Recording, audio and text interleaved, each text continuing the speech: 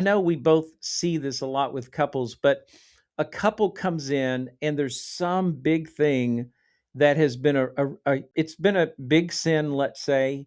I mean, it could be, huge spending or bankruptcy or risking money, or it could be an affair, emotional or physical in the past. Maybe it happened 5 years ago or 10 years ago.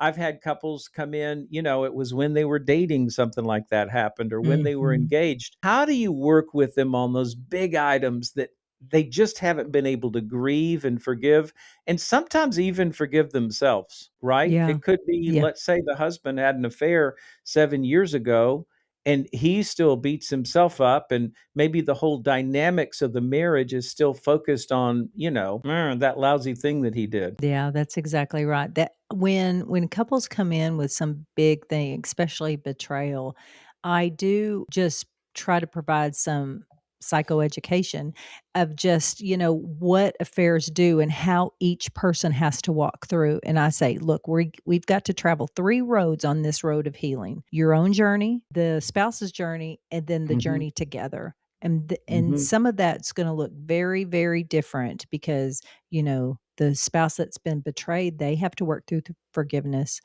Yes. The spouse that has betrayed has to work through their own failure of not keeping a thing that, their commitment that they said they would never break. And Mhm. that can bring so much stuff for them, which is often why they get defensive.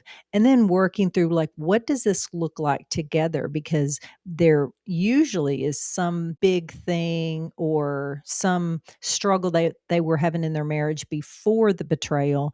And Right. so they have to kind of work through that of like, okay, our marriage wasn't like we wanted it to be. That's not a reason to have an affair, but No. we do need to work on these things. And I have seen from faith filled couples to no faith at all couples find healing after an affair. Though everybody will be saying, especially to the person that's been betrayed, you need a divorce, you need to end the Oh, marriage, yes. they're never going to change.